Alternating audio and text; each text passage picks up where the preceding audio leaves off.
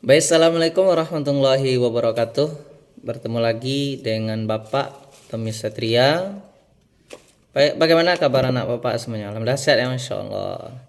Alhamdulillah, bersyukur kita kepada Allah yang mengucapkan Alhamdulillah Alamin pada kesempatan kali ini, pada pembelajaran kita hari ini. Kita masih dikumpulkan oleh Allah dalam suasana kelas yang sangat Masya Allah. Anak Bapak semuanya sudah makan? Masya Allah. Ya, yang belum makan dulu ya. Baik ya Bapak, absen terlebih dahulu. Ada yang tidak hadir? Oke, semoga yang hadir cepat hadir. Dan semoga kita semua sehat selalu. Baik anak Bapak, sekarang kita akan belajar yaitu tentang yang judulnya adalah ihtisan. Sekarang kita sudah berada di kelas 12. 12 tadi Mansatu Sulawesatan. Kita sudah berada di kelas 12 pada pembelajaran fikih. Baik, sebelum kita masuk pembelajaran, Bapak akan menjelaskan dulu itu tentang tujuan pembelajaran. Yang pertama, tujuan pembelajaran kita itu agar peserta didik mengetahui pengertian ihtisan. Yang kedua, agar peserta didik mengetahui yaitu tentang pendapat mazhab tentang ihtisan. Yang ketiga adalah agar peserta didik itu mengetahui contoh tentang ihtisan. Baik anak Bapak, selanjutnya kita masuk kepada definisi ihtisan. Apa itu ihtisan? Secara bahasa, ihtisan itu artinya berasal dari kata hasan, yang artinya baik atau menganggap baik sesuatu. Itu namanya disebut dengan ihtisan.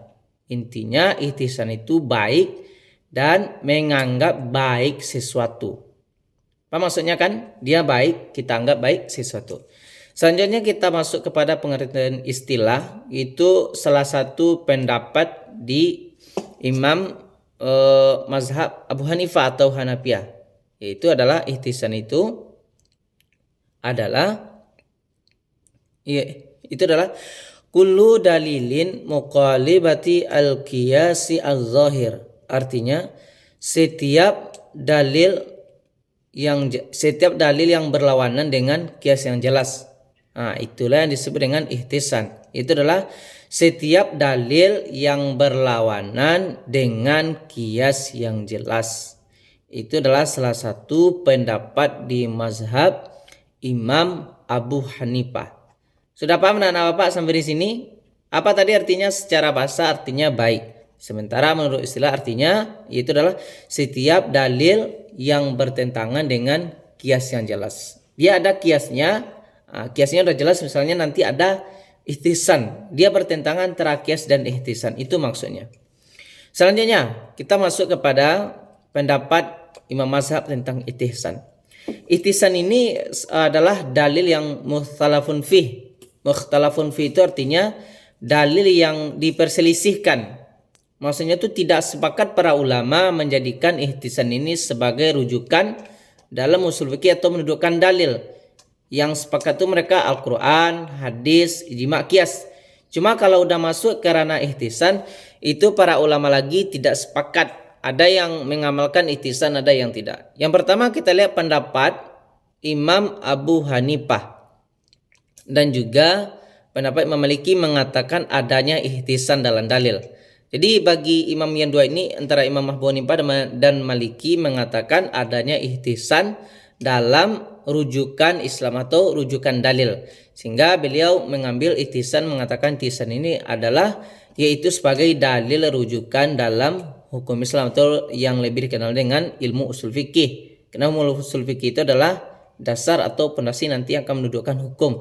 Lahirlah di kaji nanti hukum dari usul fikih itu akan lahirnya namanya hukum.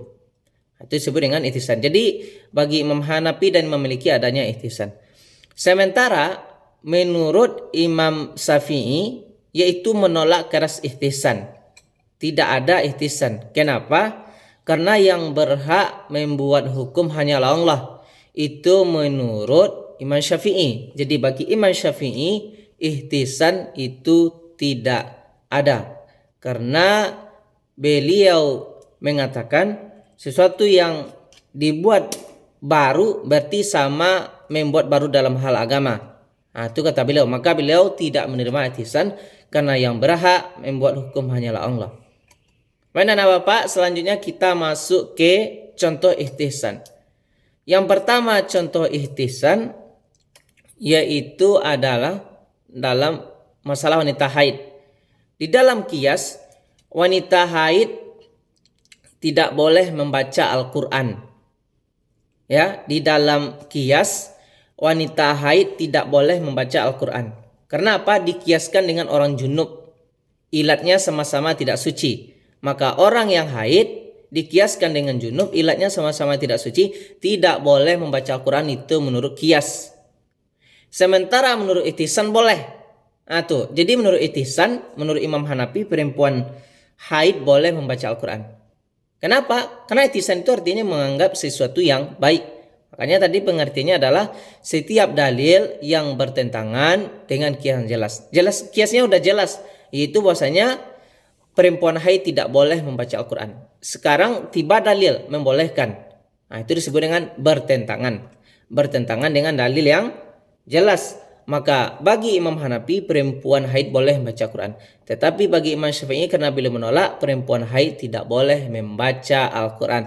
Makanya ihtisan ini masuk dalam dalil yang diperselisihkan kehujahannya. Karena apa? Berbeda para ulama. Itulah disebut dengan ihtisan. Kiasnya sudah jelas mengatakan perempuan haid tidak boleh membaca Quran. Sementara menurut ihtisan itu perempuan haid boleh membaca Al-Quran. Udah paham sampai sini ya? Jadi itu. Nah, jadi yang mengamalkan perempuan haid boleh membaca Quran berarti mengambil pendapat Imam Hanafi. Nah, yang tidak mengambil, yang tidak membolehkan berarti mengambil pendapat Imam Syafi'i. Tapi Bapak lebih condong ke pendapat Imam Syafi'i. Bagi Bapak perempuan haid tidak boleh membaca Al-Quran karena kiasnya udah jelas.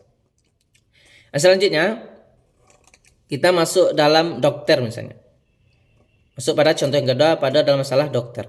Secara umum seorang ajnabi atau orang lain tidak boleh melihat aurat yang lain. Tidak boleh melihat aurat yang lain. Misalnya kita tidak boleh melihat aurat teman kita yang tidak boleh dilihat.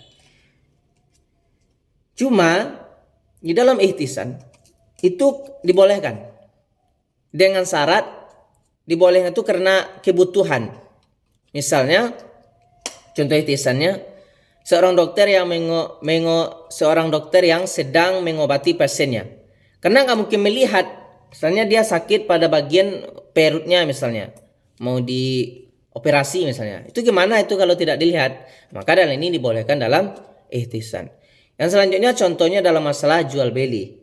Rasul mengatakan kita tidak boleh menjual barang sebelum barang itu ada sama kita. Sementara ada dalam ihtisan ada namanya jual beli salam, itu dibolehkan. Belum ada barangnya boleh kita jual belikan dengan syarat kita bayar terlebih dahulu dengan ada perjanjian. Nah, maka itu juga contoh ihtisan dalam masalah jual beli. Itu dapat Bapak sampaikan pada hari ini. Kalau ada yang bertanya silakan bertanya.